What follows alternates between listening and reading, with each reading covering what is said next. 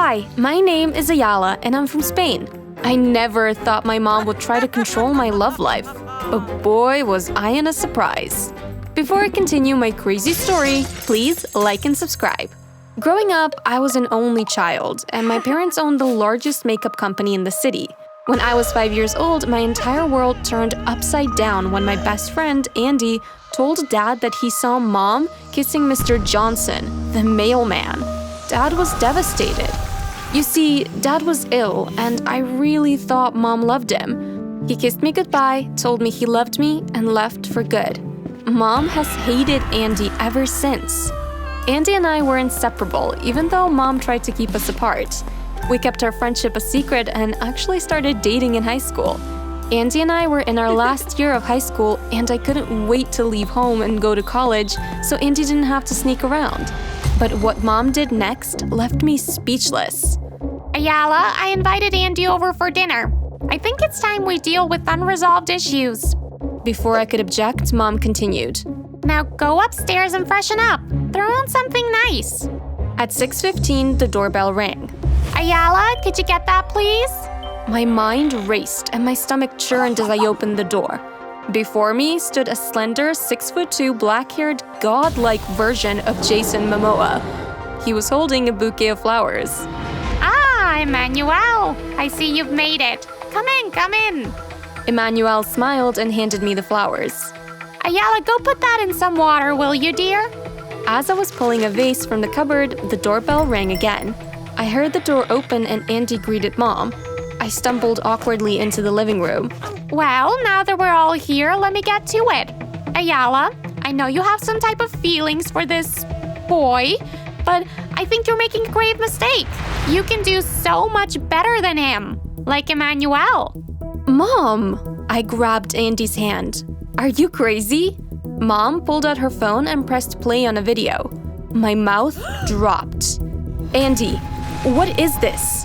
I showed him the video. Andy was kissing another girl. With widened eyes, Andy turned to me. I never what? Kissed her? Let me guess, your lips fell off and ran to hers? Andy, I think it's time you left. Mom walked towards the front door and opened it. Andy looked at me and without saying a word, he left. How could you? I ran up to my room and cried myself to sleep. Emmanuel's cute, isn't he? Mom eyed me over her morning cup of coffee. I shrugged my shoulders as I grabbed an apple from the fruit bowl. With Andy out of the picture, you and Emmanuel can now date. This will be a perfect opportunity for my company. Makeup meets models. Mom, you broke up Andy and I so you could get the perfect opportunity for your company? I can't believe you. I was about to storm off when Mom grabbed my arm. You are not going to mess this up for me. You will date Emmanuel and you will like it. I need his uncle's money to boost the company. As I walked through the hallway, someone grabbed my hand and pulled me into a classroom. Babe, please, tell me you didn't believe your mother. Andy's confused eyes searched mine. I hugged Andy. Mom is trying to get me to date this guy to help with their company.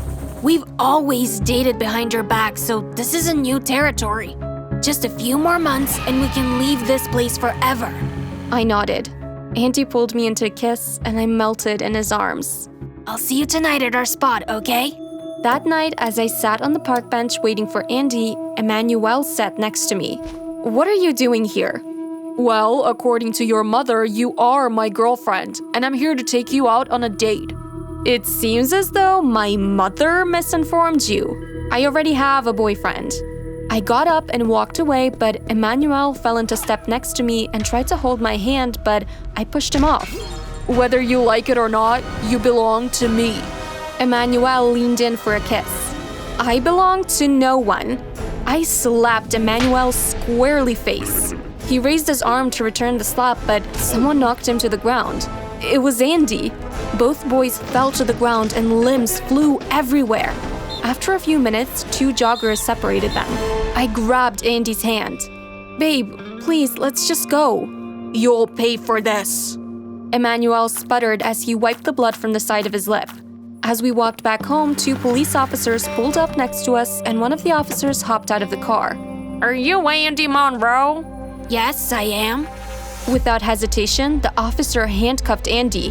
"What are you doing? Why are you arresting him?" The officer ignored me and threw Andy into the back seat. Then they drove away. Immediately, I called Mom, and what she told me made me glance at my phone in shock. If you want Andy released, you will date Emmanuel. If not, I will make sure that Andy is lost in prison forever. Stay right where you are. Emmanuel will be there in a few seconds to pick you up. The phone went dead, and sure enough, Emmanuel pulled up in a black sports car. Reluctantly, I hopped in. The night was spent with Emmanuel talking about something he loved most in this world, himself, while I nodded and grunted responses. As we exited the restaurant, something caught the corner of my eye. "Dad?" I mumbled. "What was that, babe?" "Nothing," I said as I hopped into the car. I must have just imagined it. At school the next day, I looked everywhere for Andy, but he wasn't there. "He's not here, you know." "What are you doing here?" "Well, I told Uncle Ray I wanted a transfer, and since I always get what I want, here I am." I sighed. "At least, do you know if he's okay? I tried calling him, but I didn't get any response last night." "He's fine. He and his family left town last night. With him out of the picture, you can focus on me." Everything in me wanted to wrap my fingers around his throat, but I knew my mother. She'd make my life and Andy's life living hell if I tried to see him again. So I decided to go with the flow, at least until I graduated from high school in a few months. Over the next few weeks, I was engulfed in Emmanuel's life as a model, the dinner parties, the events, and the lifestyle. Mom was happy, and once Mom was happy, everyone was safe. After my last class, my phone buzzed. A text message from an unknown number told me to check my locker. "Hi, babe. Are you ready for our first photo shoot today?" Emmanuel draped his arm casually around my shoulders. Startled, I quickly shoved my phone into my pocket. "I just have to collect my book from my locker, okay?" "Well, I'll walk you there." It's a surprise for you. So, meet me at the car, okay?" I fluttered my eyelashes at him. As soon as Emmanuel walked away, I headed to my locker. Inside was an envelope. The contents of the envelope made my head swirl. There were about 10 pictures of Mom, all in wedding gowns standing next to men. Each photo was dated. The last was dated about 3 months ago. As I walked away from my locker, a wave of dizziness washed over me. I pushed the photos into my bag. Who were these men? Mom traveled a lot, but she always said it was for business. I took a few more steps before I felt myself crashing to the ground. I woke up in Emmanuel's arms. His eyes bore traces of concern. "Ayala, what happened?" Emmanuel helped me to my feet and pulled me close to him as we slowly walked out the building. "I don't know." "Let's get you home." Once at home, Mom was furious that I couldn't make it to the photo shoot. I was surprised when Emmanuel informed Mom that if I was forced to attend anything, she'd no longer have a contract with his uncle's company. They agreed that she'd go while Emmanuel spent the evening with me. "Thanks for sticking up for me," I said as I curled up on the sofa. "No problem. How about we watch some TV?" Emmanuel switched on the television and I gasped when I saw the 2 IDs pop up on the screen. One was Andy's ID. "Earlier this afternoon, there was an accident on the Solomon Hachoy Highway. Both persons died upon impact." I felt as though the fabric of my world was unraveling, and fast. The next few days were blurry, but Emmanuel was supportive through it all. He was different, sort of sweet, not the usual self-absorbed person that I met a few weeks ago. A few days after Andy's funeral, I was preparing to go to Mom's company's largest event of the year. Mom went ahead and Emmanuel was on his way to pick me up. The doorbell rang and I opened it. I recognized that it was the girl from the video Mom showed me with Andy. "Auntie wanted you to have this." She handed me an envelope and walked away. I closed the door and opened the envelope as I wiped the tears that fell onto my cheeks. There was a letter in it written in Andy's handwriting and a photo. "Dear Ayala, I'm sorry you had to find out this way, but I needed to get all the facts first. The man in the picture is your mother's first husband and your biological father, Sidney Cole. When he passed away, your mother had him cremated the day after he died. Soon after, she met your father and married him. Your father never knew you weren't his. This is not the first man that has had an untimely death after marrying your mother. We have found 10 other connections so far with your mother. I sent those pictures to you previously. We were able to get a blood sample of one of her victims when we found a poisonous substance in his blood. This substance was also found in your stepdad's blood. There is more to this story, but that part is not mine to tell. Soon you'll have all the pieces of the puzzle. I hope that one day we can rekindle what we had. Forever yours, Andy. My legs felt like wet noodles and my hands trembled. I couldn't believe what I just read. My mother was many things, but for her to be... No, I couldn't accept it. About 30 minutes later, Emmanuel and I arrived at the event and Mom had just given her speech. People applauded and so did I. However, I didn't stop when the others died down. I kept clapping as I walked towards the stage. Emmanuel grabbed my arm. "This is not the time or the place." I pulled away from him, storming onto the stage, and stood behind the podium in front of the mic. Good evening, everyone. I hope everyone's enjoying the party. A loud roar came from the crowd. I just have one question for my mother. Why did you do it? Why did you kill all of these men? I opened the envelope and threw the pictures into the crowd. Security! Get me security! Get her out of here! The security guards grabbed my arms and tried to drag me off the stage. "Get your hands off my daughter." My heart stopped. Dad? The crowd gasped as Dad, followed by Emmanuel's uncle and the strange girl, stepped onto the stage. Emmanuel's uncle flashed his badge at them and they took their hands off of me.